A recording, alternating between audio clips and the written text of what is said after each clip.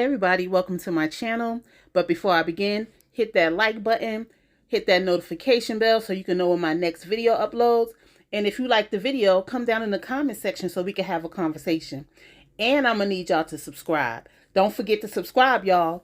So before I begin, I would like to say anything that I say is alleged, in my opinion, and for entertainment purposes only.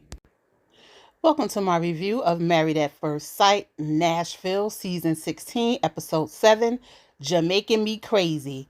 So it's the end of the honeymoon and the couples are about to move into their apartment together. We're going to start with Kirsten and Shaquille. As y'all know, I do it by couples. I don't do it scene by scene because we'll be up here forever, okay? So Kirsten and Shaquille, they had a situation where all the couples rated themselves at their last dinner. Kirsten and Shaquille rated themselves a 7. They both agreed that they are a lot alike and have a lot in common. And everything is going well with them. So Shaquille says the honeymoon is over, but the real test is going to be everyday life. And that's true with them and all of the couples. So when they move into their apartment, they're both curious to see how it would be to live with each other. They have to learn each other's living styles. And then Kirsten is it Kirsten or Kirsten? Is actually excited to live with Shaquille and knows she has to do things to make him feel wanted. Not only do you have to do things to make him feel wanted, but like you want him to express himself, you need to express yourself too. Bring that guard down. Get in the process. Be vulnerable. I would like to see that between y'all two.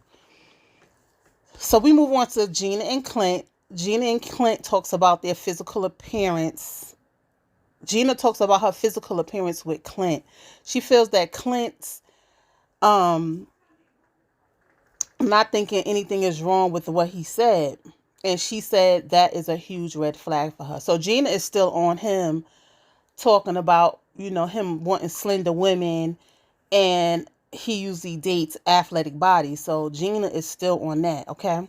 So Clint talks to the guys. He said he needs help, and the guys help him see that the way he said what he said could have been said better and much thought out. Clint said he got some thinking to do because he didn't get into this process for this to go this way. He said he had a whole nother vision of how things would go, but it took a turn.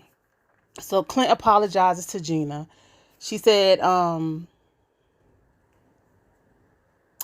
that Clint apologized to her when they were in the room and they had a nice little talk.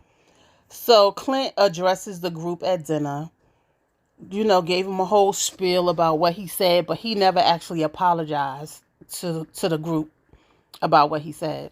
So Gina lets the group know that he apologized to her and that they addressed it head on because they didn't have nowhere to run. If they were on this honeymoon, they didn't have nowhere to go. But I'm sure if they was in Nashville, it'd have been a wrap. So anyway, Clint feels, excuse me, y'all.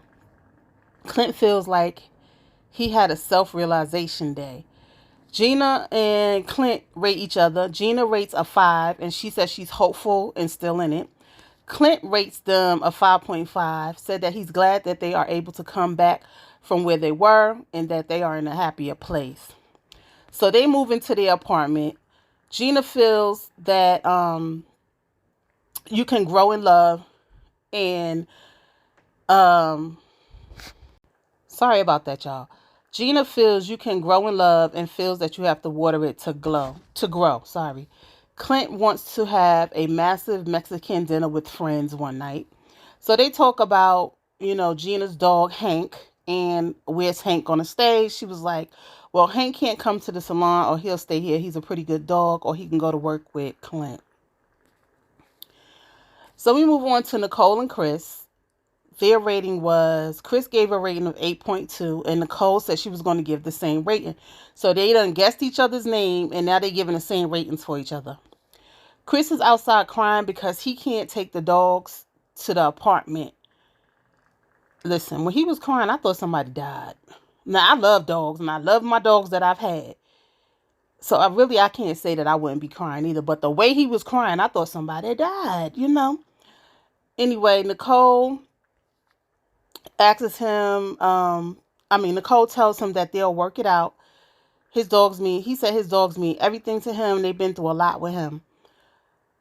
For me, I understand I'm a dog person, but to cry like that, child. Anyway, they're going to figure it out. So Nicole is on the phone with her father. She decides to ask her father to come down to watch the dog, while they go through this 8-week process. And Nicole made a big sacrifice. So I hope at some point Chris can make a sacrifice for her too. So she lets Chris know that her dad will help out with the dog to, make their marriage work. So they end up meeting with the executive producers to figure out, their options with the dogs. And it seems like it's a hard no. It's only a 2-dog limit. So they're going to go with the plan of Nicole dog staying at the apartment with a family member. So when they move into the apartment, after the honeymoon, they move into the apartment, Chris said they should talk about whatever bothers them and address them head on.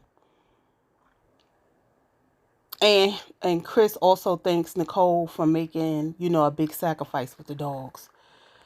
So we get to Jasmine and Aries. They rated each other. Jasmine's rating was a 7.5. She said they get along, they have fun, but him not falling in love at the age of 39 is a concern for her.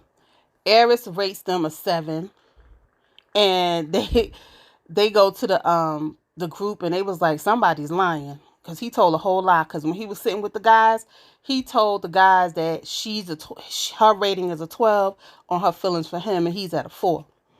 And then he says he's still hopeful, child. All the couples are looking at Aries like, you a lie. He said it feels nuts to him that he's here. But you signed up for this. So what you mean it feels nuts? So in my mind, I'm like, I hope Jasmine is used to her heart being broken or let down, because he seemed like he gonna let her down a lot. Now, he will surprise me if he's doing what he's doing just to, be in the process and not do the things that he's normally used to doing. So that would, surprise me. That's why in my predictions, I said they are possible, Anyway, Aries feels guilty that he is not showing as much interest in Jasmine and is hopeful that it'll get better. Aries feels a friendly vibe with Jasmine. He lets her know that he feels a friendly vibe. He said that he know Jasmine would be there for him, but the other stuff he has to work on, and he said only time will get them there. Aries feels that they are both here for the same reasons. Jasmine said she is not trying to be nobody's friend but somebody's wife, but is willing to give him grace to work through his stuff. Girl, you patient. I was saying being friends is not a bad thing. The problem is Aries is not that attracted to Jasmine. So, I don't know. But, with time, things can happen. The love can grow. The attraction can grow. So, we'll see. They talk about how Aries will adjust to living with Jasmine since he's never lived with anyone. They talk about how Aries would like the apartment. And they come up with something chic, modern chic style. And Aries, likes African art or black art or whatever. So they move into the apartment, and Aries is immediately boss. He's telling Jasmine what he wants. He wants the left side of this, the left side of that, this, that, this, that.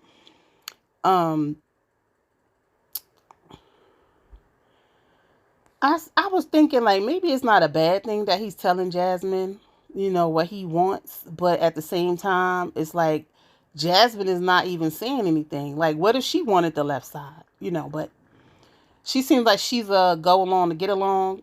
Matter of fact, her family did say she don't like conflict, but you gonna have to open up, girl, and speak your mind, okay? So Jasmine and Aries speaks. They're eating their little dinner. She says that, if anything comes up, like any issues, they want to address those issues head on. So then they have the couples going to each other's house. We get to Aries' house. Jasmine realizes that he is a man that needs his me time. He has his own little gym. He has his own little man cave. And He likes working out. And she said, okay, she said she feel better that he got his own gym, and know that when he was on the honeymoon that he wasn't just trying to get away from her. Child. We find out that he lost his dad at the age of 12 years old, and he keep his obituary by his bedside. Oh, that is so sweet. Lastly, we have Dominique and McKinley. They rate each other at the dinner. McKinley rates a 7.5.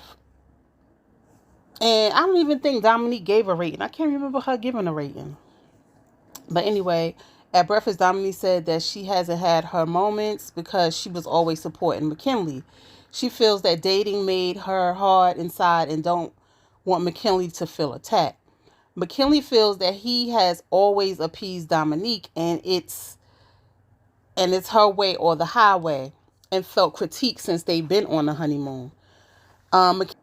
McKinley doesn't have a sense of what it feels like to live with someone. I guess he hasn't lived with anyone. Dominique said it's a little early to see if the experts did the right thing. It sounds like she complaining to me. Okay, so they get to the apartment. Dominique says she's nervous that he's not settled because he was living in his best friend's basement. And she says she usually date guys that are more established. McKinley feels Dominique is critical. He was upfront about his living situation, so I don't know why Dominique is so critical about that. McKinley don't know what's going to happen from here because Dominique was up in the car like, shouldn't you be more established? Like, why haven't you looked for an apartment yet? And I can understand those questions as well. But he let her know that, he came to a new town and he just wanted to see how it feels. He don't know what area he wants to live in yet. And I can understand that part too. But anyway, that was the end of the episode. Again, Jasmine and Aris. I don't know if that couple's going to make it. If Aris don't find attraction for Jasmine, I don't know if they're going to make it. Dominique, I always said from the beginning, it's something about her. Like, I feel like she was getting along to go along, but that smile said it all. It was like she was smiling, but something behind that smile is like she don't really want to be in this. Nicole and Chris, I feel like they gonna make it. They always have great communication. Shaquille and Shaq, I feel like I'm sorry, I said Shaquille and Shaq. Lord Jesus. Shaquille and Kirsten, I feel like Kirsten just needs to let her guard down a little and be a little more vulnerable because I feel like she don't want to show herself on the camera. And the last couple, Clinton Gina, they ain't gonna make it. Anyway, guys, thanks for watching. Like, comment, and subscribe. I really appreciate you guys.